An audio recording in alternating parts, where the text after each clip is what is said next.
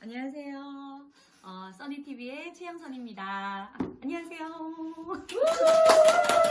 네, 오늘부터 제가 이제 책을 읽어주는 여자로 여러분들을 만나게 되었습니다. 그래서 아무래도 우리가 자주 만날 수 있는 시간이 없다 보니까 제가 여러분들을 위해서 온 마음을 다해서 지금 더불어 사는 자본주의를 함께 읽어보도록 하겠습니다. 오늘은 7장 할게요. 더불어 사는 자본가란 무엇이며 왜 더불어 사는 자본가가 되어야 하는가. 제가 생각했을 때 이 책의 가장 핵심이 되는 내용이기도 하거든요.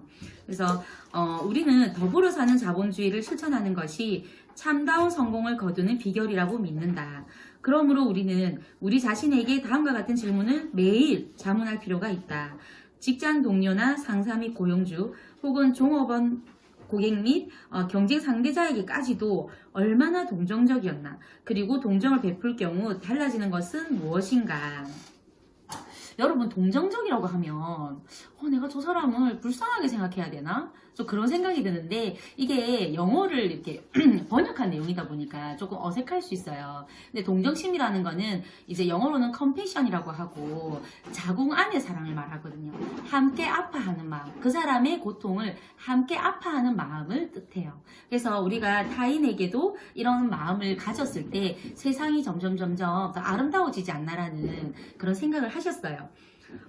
여기에 이제 이사벨이라는 분이 나옵니다. 63세 할머니시고요. 멕시코 그 산악지대에 사시는 분이에요. 그래서 이사벨은 낡은 타이어에 고무로 밑창을 댄 샌들을 신고 한 주 동안의 필수품을 사러 2마일을 걸어서 읍내로 들어갔다. 굉장히 생활이 좀 그죠?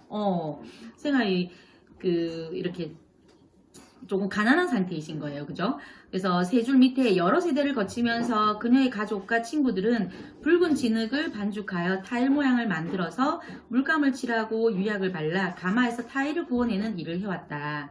그래서 이걸 평생에 걸쳐 이 일을 하신 거예요. 그래서 그 공장의 주인은 멕시코 시티에 살고 있었는데요. 이사벨이 듣기로는 그는 가족과 함께 하늘을 찌를 듯한 빌딩 꼭대기에 있는 호화로운 집에 살고 있었어요. 이사벨은 한 번도 이걸 본 적은 없었지만 전혀 다른 삶을 이렇게 살고 있는 거죠. 153페이지 위에서 5번째. 그러나 이사벨은 종종 그녀 자신과 가족, 특히 귀여운 손자들이 더 나은 생활을 하는 것을 꿈꾸고는 했다. 이게 너무 중요하죠. 지금 내 생활은 그냥 태어나면서부터 내가 본 것은 계속 일어나서 이런 똑같은 노동밖에 없는데, 그렇지만 나는 다른 삶을 살고 싶은 그 꿈을 꾼다는 건 너무너무 중요한 거예요. 그들도 자기와 마찬가지로 먼지가 뽀얗게 있는 길을 걸어서 산 밑에 있는 타일 공장을 오가며 일생을 마치지는 않을까 하는 앞날에 대한 걱정으로 종종 지프로 만든 침대 위에서 몸을 뒤척이며 잠을 못 이루었다. 자녀들은 초등학교 밖에 다니지를 못했다. 그 밑에 어른들은 그들의 부모와 조부모가 그랬던 것처럼 산기슭에 있는 그 커다란 공장에서 젊은 시절을 다 보내는 것 말고는 다른 도리가 없는 거예요. 멕시코 북부에 있는 이사벨의 마을에도 자본주의 물결이 흘러들어왔지만 그녀가 사랑하는 가족 사람들의 생활은 자본주의 혜택을 받지 못했죠.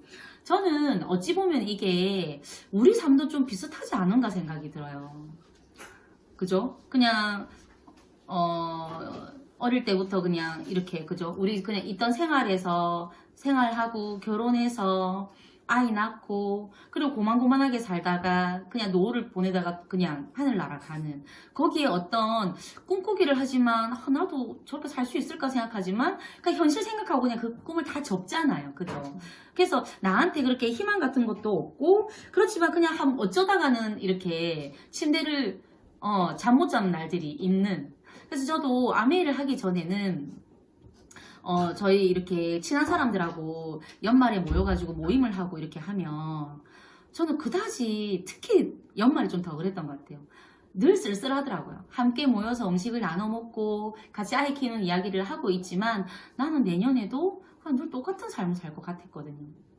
몸무게가 더 뭐 늘어나면 늘어나지 줄어들 것 같지는 않고 주름살이 늘어나면 늘어나지 더 좋아지지는 않을 것 같고 통장 잔고가 늘어나지는 않을 것 같고 나는 여전히 결혼해서 그냥 늘 똑같은 일상을 반복하는 5년이 10년이 지나도 그냥 늘 그럴 것 같은 저는 그렇게 연말이 이렇게 즐겁진 않더라고요.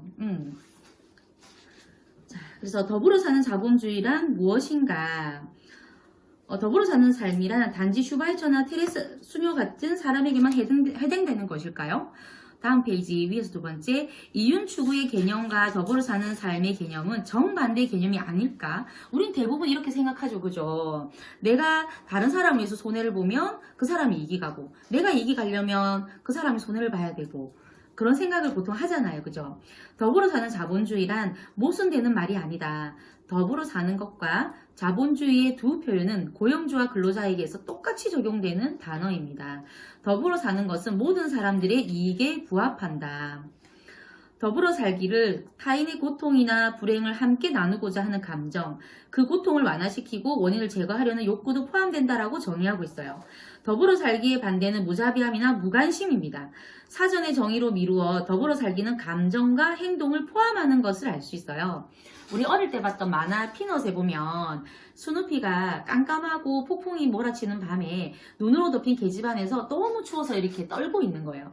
그때 루시가 창문을 내다보고 배고프고 목마르고 추위에 지친 개를 불쌍하게 여겨요. 그녀는 스누피를 바라보면서 메리 크리스마스 스누피, 기운을 내, 이렇게 외치죠. 그러고는 따뜻한 난로가로 가서 뜨거운 코코아를 마시면서 라이너스에게, 옆에 있는 친구에게 불쌍한 스누피라고 말해요. 한편 창문을 내다본 라이너스는 불쌍한 스누피를 보고 동정을 느껴서, 그러니까 감정은 똑같았던 거죠. 코트와 장갑을 끼고 따뜻한 칠면조 고기를 스누피에게 나누어줘요. 루시와 라이너스 모두 동정을 느꼈지만 라이너스만 자발적으로 행동에 옮긴 거죠. 그의 자발적인 행동으로 찰리 브라운의 작은 얼룩강아지는 즐거워하면서 눈속을 뛰어다니게 됩니다. 만약에 라이너스가 이 멍청한 개야, 자기 음식 주면 챙겨 먹을 수 없어? 개밥 주는 것도 이제 지긋지긋해 라고 불쌍한 스누피에게 소리치며 밥그릇을 던졌다면 비록 동정의 섭으로 나온 행동이지만 어떻게 받아들일까 한번 생각을 해보라는 거예요. 그렇게 쌀쌀하고 무정한 행동을 본 스누피가 먹을 것을 못 본 척하고 더 심한 절망감에 사로잡혀 해도 이상하지 않을 것이다. 누군가가 여러분을 도와주면서 마지못해 도와준다는 것을 역력히 드러낸다면 당신은 어떻게 느낄 것인가? 그래서 말과 감정과 행동이 같이 나가야 되는 거죠. 여기 너무너무 중요한 말을 합니다. 의무감을 느껴서 어떤 행동을 한다는 것은 나쁜 건 아니에요. 이는 단지 동정심과는 같지 않을 뿐입니다. 진정한 동정에는 우리들의 진실된 모든 것이 포함되어 있어요. 여기에 별표 쳐주세요. 진실된 모든 것이 포함되어 있어요. 이는 누군가 혹은 무엇인가에 대한 측은함을 느끼고 고통을 없애주고 고통의 원인까지도 완화시키려는 열정적으로 행동하는 것을 뜻하죠. 더불어 살려는 행동은 동정을 느끼는 감정으로부터 나오고요. 더불어 살기란 감정과 행동을 동시에 포함하는 것을 말합니다. 그러면 왜 동정 그다지로 이게 그렇게 드문 것일까요? 거기 세 번째 밑에 창조주는 아담과 이브에게 신과 악마 중에서 선택할 자유를 주었죠. 우리가 컴패션의 마음을 가지는 것도 선택의 자유가 있는 거예요. 밑에서 두 번째, 성경은 자기중심, 무관심, 증오, 탐욕, 욕망, 질투, 살인과 같은 죄악을 따르는 것이 얼마나 쉬운 일이며 인간에게 동정을 베풀라고 하는 신의 목소리를 듣는 것이 얼마나 어려운 것인가를 보여주고 있습니다. 예수는 그의 추종자들에게 복종과 동정심을 회복해야 된다고 설교했다. 하나님을 사랑하라. 이는 최고의 계명이다. 그리고 내 이웃을 내 몸과 같이 사랑하라. 그러니까 세 가지 계율을 요구하셨죠. 예수님께서 하나님을 사랑하고 나를 사랑하고 내 몸과 같이 내 이웃을 사랑하라. 만약에 아까 그 루시가 내 몸과 같이 스누피를 사랑했다면 창문을 바라보면서 그렇게 얘기하진 않았을 거잖아요. 그죠? 근데 우리는 굳이 오버해서 남들을 내 자신보다 더 사랑할 필요까지는 없는 것 같아요. 나 자신만큼이라도 내가 그들에게 동정을 베풀 수 있으면 되거든요. 근데 이게 정말 어려운 거죠. 그죠? 예수는 최후의 심판에 대해 언급하면서 정의로운 자들은 굶주리고 목마르고 헐벗고 병든 이들과 나그네 감옥에 있는 죄수에 대해 동정을 가지고 행동한 것에 대해 보상을 받을 것이라고 분명히 말했다. 내가 이들 중 누구 하나에게 베풀었다면 이는 나에게 베푼 것이다 라고 말했죠. 거기서 6번째 밑에 예수와 마찬가지로 석가도 그의 추종자들에게 자비를 베풀라고 설교했습니다. 한 제자가 병들어 누워 있었으나 다른 사람들이 못 본 척하고 있을 때 그는 아픈 제자의 건강을 돌보며 병든 자를 돌보는 자는 나를 돌보는 것이라고 말했어요. 그는 또한 빈곤이 범죄의 원인이므로 빈곤과 아울러 범죄를 유발하는 불의와 불평등을 없애는데 앞장서야 한다고 주장했습니다. 역시 기원전 5세기에 살았던 중국의 철학자 공자는 제자들에게 남이 너에게 하지 않기를 바라는 것을 남에게 하지 말라라는 삶의 기본 방향으로 삼으라고 가르쳤어요. 맨 밑에 줄 인자는 자신이 되고 싶은 것을 남에게도 되게 하고 자신이 이루고자 하는 일을 남에게도 이루게 한다. 서기 7세기 아랍의 종교적 지도자이자 예언가인 마호메트도 삶을 선과 악의 투쟁으로 보았다. 고통을 경감시키고 빈곤한 자를 돕는 것은 마호메트의 가르침 가운데 가장 중요한 부분이다.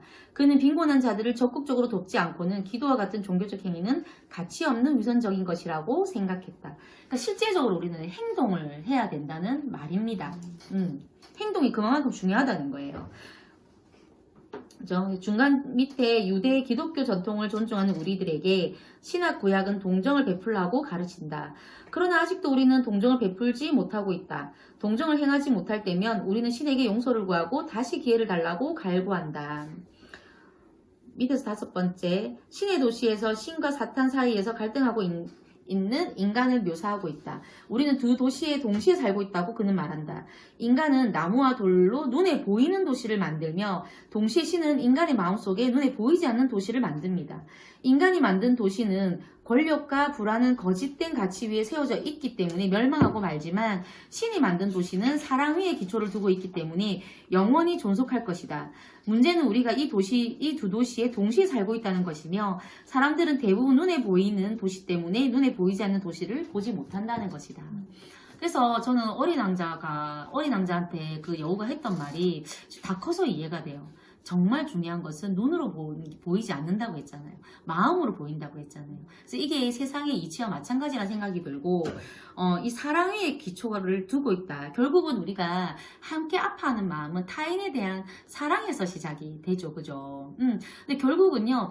우리는 남을 위해서 내가 사랑을 그렇게 베푼다고 생각하지만 결국 그 과정에서 나 역시도 내 자신 자체도 같이 치유가 되는 또 선물을 받게 되는 것 같아요. 그래서 결국은 나는 그를 위해서 동정을 베풀었지만 결론적으로는 나조차고 이렇게 하게 된 거죠. 여러분도 그 기쁨을 같이 좀 느꼈으면 좋겠습니다. 여기에서 7칸 밑에 고통받고 있는 사람들을 불쌍히 여기면서도 그 고통을 덜어주기 위해서 용기를 내거나 시간이나 돈을 기꺼이 희생한 적이 있는가?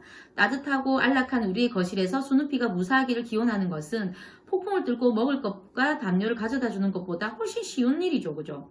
나는 더불어 사는 마음가짐이야말로 엉망진창이 된 세계 경제를 재건할 수 있는 유일한 기초라고 믿는다. 만일 우리가 현재의 경제 혼란에서 벗어날 방법을 모색해야 된다면 우선 우리는 이 지구와 인간을 사랑하는 법을 배워야 되고요. 왜냐하면 우리는 이 지구와 인간을 사랑해본 경험이 없기 때문이다. 더불어 산다는 것은 어떤 대가를 치르고서라도 인간과 지구에 대해 책임을 지는 것을 뜻합니다. 그럼 더불어 살기의 역사. 더불어 살기란 인류의 시초부터 모든 문화 속에서 찾아볼 수 있어요. 그래서 다음 159페이지 중간에 예수와 그의 제자들의 가르침은 우리 자신을 사랑하듯 이웃을 사랑하라는 것에 중점을 두고 있다.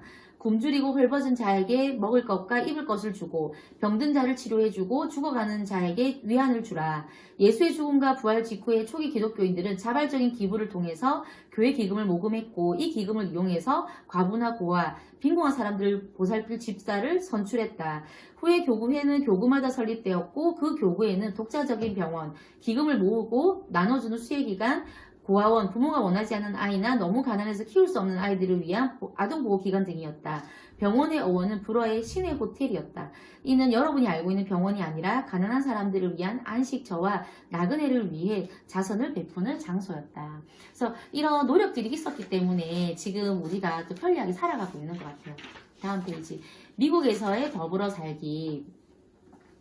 여러 가지 예가 나오는데요. 161페이지 위에서 5번째, 부자들의 의무는 다음과 같대요. 겸손의 본보기가 되고 검소한 생활을 하며 과시나 과소비를 하지 않으며 가족에게는 생활에 나갈 수 있는 정도의 금액만 제공하고 그것을 초과한 여분의 수입은 사회로부터 그 집행을 신탁받은 것으로 간주한다. 나를 통해서 온 부. 그러니까 나도 여기까지 오면서 어떤 세상으로부터 많은 것을 받았다라는 그 감사함에서 다시 되돌려줘야 된다는 그런 책임감이 있는 거죠. 그러므로 부자들은요, 가난한 형제들을 위한 보관인이며 대리인에 불과하다라고 카네기는 말하고 있어요. 그래서 공공도서관은 카네기가 가장 심혈을 기울인 것으로 1918년까지 그는 미국 전역의 크고 작은 도시에 2,500개 이상의 도서관을 건립을 했습니다. 그래서 뭐 켈로그 박사 이야기도 쭉 나오고요. 이건 한번 읽어보시고 다음 페이지. 사회사업가 부분 나오시죠, 그죠? 맨 밑에 줄에 이들은 경제적 이익을 위해서가 아니라 인간에 대한 봉사를 위해서 도전을 감수한 기업가들이다. 인간에 대한 봉사를 위해서. 그러니까 이것도 큰 영향력이 될 수가 있죠. 우리는 태어나면서 대부분 나라는 사람을 이렇게 자립하기 시작을 해요.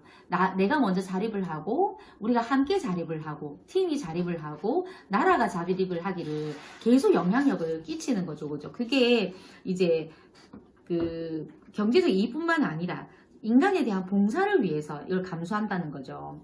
그 밑에 칸에 기업가가 된다는 것은 자신의 내부에 잠재해 있는 창의력을 살리는 것이기도 하다. 현명한 기업가라면 그들이 하는 일이 그들의 삶뿐만 아니라 자기 주변 사람들의 삶의 질을 개선시켜야 된다는 것을 알고 있다. 이게 책임감인 거예요. 기업가가 된다는 것은 필요한 것이 무엇인가를 알고 그것을 충족시킨다는 것이다.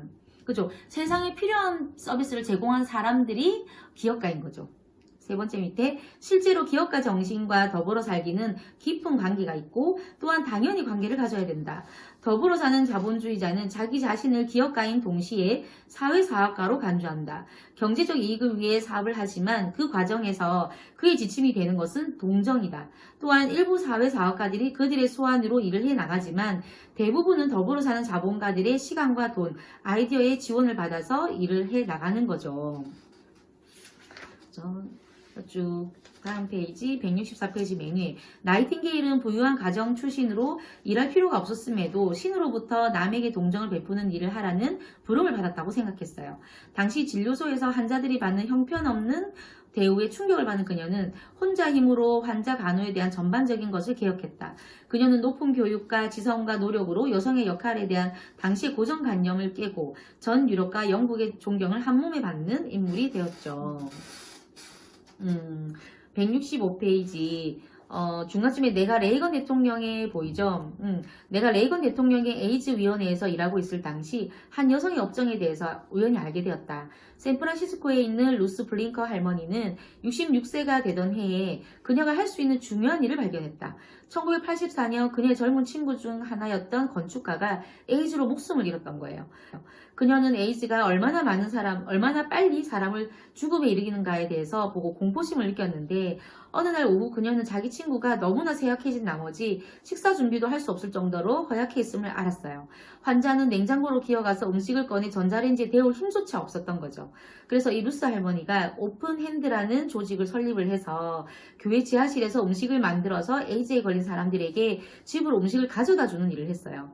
그들 중 일부는 너무나 쇠약해서 초인종 있는 데까지도 기어 나와야만 했습니다. 그녀는 자금이 바닥나자 이웃에게 기부를 하고 처음에 7명에게 음식을 제공하는 것으로 시작했던 오픈핸드는 곧 하루에 8,000명의 식사를 마련하는 자선기관으로 발전했죠. 다음 페이지. 그녀는 자기 도시에서 굶주린 에이즈 환자에게 먹을 것을 주기 위해 1년에 100만 불 이상을 모금하느라 애쓰고 있습니다. 중간 밑에 보면 그러나 보이시죠? 그러나 진정한 질문은 더불어 사는 자본주의가 여러분에게 무엇을 의미하는가이다. 너무 중요한 질문이죠. 여러분이 알고 있는 진정한 의미의 더불어 사는 자본가는 누구인가? 그들은 또 여러분의 인생에 어떤 영향을 끼쳤는가? 어떻게 하면 그들과 비슷하게 될 것인가? 여러분이 여러분의 직장에서 사랑의 정신을 따르겠다고 갑자기 결심하면 여러분은 어떻게 행동할 것인가? 여러분은 직장 동료, 상사, 고용주나 종업원, 공급업자, 고객 혹은 경쟁 상대에 이르기까지 인간미 있는 행동을 지금 베풀고 있는가? 어떻게 하면 더 잘할 수 있을 것인가? 나는 여러분의 이야기를 직접 듣고 싶다. 그래서 이제 다시 그 63세가 된 이사벨 에스카밀라의 이야기로 돌아가자. 내가 그녀를 만났을 때 아내와 어머니, 할머니로서 수십 년간에 걸친 중노동으로 그녀의 등은 굽어 있었어요. 최근까지 그녀의 삶은 찢어지는 가난과 깊어가는 절망의 끊임없는 반복이었다. 이것은 사람들이 동정적이지 못해서가 아니었다. 오히려 지난 수년간 더불어 사는 자본가의 자원을 받은 자원봉사자들이 어려운 일이 닥쳤을 때면 이사벨과 마을 사람들을 도우러 찾아왔고, 또한 이 고립된 산악 지방의 생활 수준을 높이기 위해서도 여러 번 찾아왔어요. 이사벨과 그녀의 가족들은 거의 해마다 여름이면 마을에 보건소를 설치해 운영하는 네덜란드의 적십자 자원봉사자들을 고마워한다. 거기서 5번째 밑에 그녀는 그들 모두에게 감사를 느끼지만 그들이 일이 끝나 작별 인사를 하고 산 밑으로 내려갈 때면 전보다도 더한 무기력감을 느꼈다. 이 도움을 받는 사람 입장에서 한번 생각해 보세요. 본인이 쓸모있는 사람이라고 그 봉사를 받으면서 느낌이 들까요? 그렇진 않을 거잖아요. 그죠? 그래서 별표 쳐주세요. 사람들을 돕는다는 것과 사람들이 스스로 일어설 수 있도록 도와주는 것은 별개인 거예요. 이사벨은 자신과 그녀가 사랑하는 이들의 생활을 개선하기 위해 무언가 할 수 있는 방법을 갈망한 거죠. 그죠? 그러던 중 어느 봄날 이사벨은 자니타 아발라드를 만난 거예요. 그래서 이분이 그 아메이 AVO셨는데 아메이 사업을 전달하셨는 거예요. 그래서 이사벨은 젊은 여자들이 자니타의 이야기를 듣고 있을 때 그늘에 앉아 있었다. 늙은 이사벨은 그것을 해낼 수 있을 거라고는 꿈에도 생각하지 않았죠. 그냥 카탈로그를 보면서 얘기만 계속 이렇게 들으셨던 거예요. 다음 페이지. 자니타는 마지막으로 그 지역의 새 자동차 광택제 판매량을 뽑는 이야기를 해주었다. 1등 상품에는 미국 여행, 인류 호텔 스팟, 아메이 자동차가 달리는 자동차 경주 대회의 특등석 관람권이 포함되어 있었다. 갑자기 이제 이분이 하고 싶어졌는 거예요. 그 상을 탈 거야. 미국에 가겠어 하고 눈을 반짝이며 늙은 이사벨은 더듬거리는 영어로 말했다. 이사벨은 미국에 가본 적도 없고 비행기를 타본 적도 없고 호텔에 묵은 적도 기사가 운전하는 리무진을 타본 적도 없었다. 그녀는 산악지방의 그 가난한 마을을 일생 동안 떠나본 적이 없었다. 어렸을 때부터 그녀는 먼 곳으로 여행하는 꿈을 꾸어왔으나 한 번도 그 꿈이 실현될 수 있는 기회를 가지지 못했죠. 그 기회를 가지지 못했던 거예요. 이사벨의 친구들과 이웃 사람들은 코웃음을 쳤다. 왜 백발 노인네가 멕시코 산악지방에서 자동차 광택제를 팔 생각을 하는가? 그죠? 아무도 이분의 꿈을 믿지 않았죠. 그죠? 그래서 이 광택제는 매우 품질이 좋아요. 그래서 내가 팔려는 거죠. 값도 싸고 자동차 외관도 보호해주고 당신네들의 낡은 자동차와 트럭을 새 것처럼 보이게 해줄 거예요. 이웃 사람들은 처음에는 비웃었지만 오래지 않아 이사벨의 마을과 주변 마을의 고물 자동차들이 빛나는 희망처럼 반짝이기 시작했어요. 나는 이사벨이 멕시코 몬트레이에 있는 회의장 연단에서 수백 명이 환호하는 멕시코인 ABO들 앞에서 있는 것을 보았다. 내가 그녀에게 미국 여행의 꿈이 이루어지는 1등상의 증서를 건네주자 그녀는 울기 시작했다. 꿈이 실현되었어요. 나는 왜 이 장 끝머리에 이사벨 에스카밀라의 이야기를 할까? 그 이유는 그녀의 삶이 더불어 사는 자본주의의 두 가지 면을 다 보여주고 있다고 확신하기 때문이다. 적십자, 유니세프, 평화봉사단 및 기타 자선단체의 자원봉사자들은 더불어 사는 자본주의가 성공적으로 남을 돕는 것을 보여줬죠. 그러나 자니타 아발라드 또한 더불어 사는 자본가이다. 왜냐하면 그녀는 이사벨에게 스스로 도울 수 있는 방법을 제공해 주었기 때문이다. 여기에 별표를 치세요. 사실 대기업이 정말 많은 복지라든지 사회를 위해서 많은 일을 하죠. 그렇지만 대기업들이 우리에게 스스로 자립할 수 있는 기회까지 주지는 않죠. 그죠? 저는 그래서 아메가 너무 대단한 것 같아요.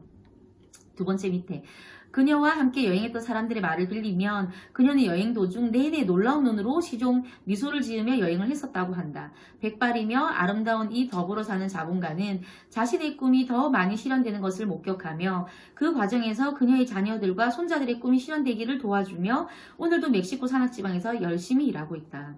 결국 이분의 작은 그 자동차 광택제 때문에 삶이 바뀌겠죠. 그죠?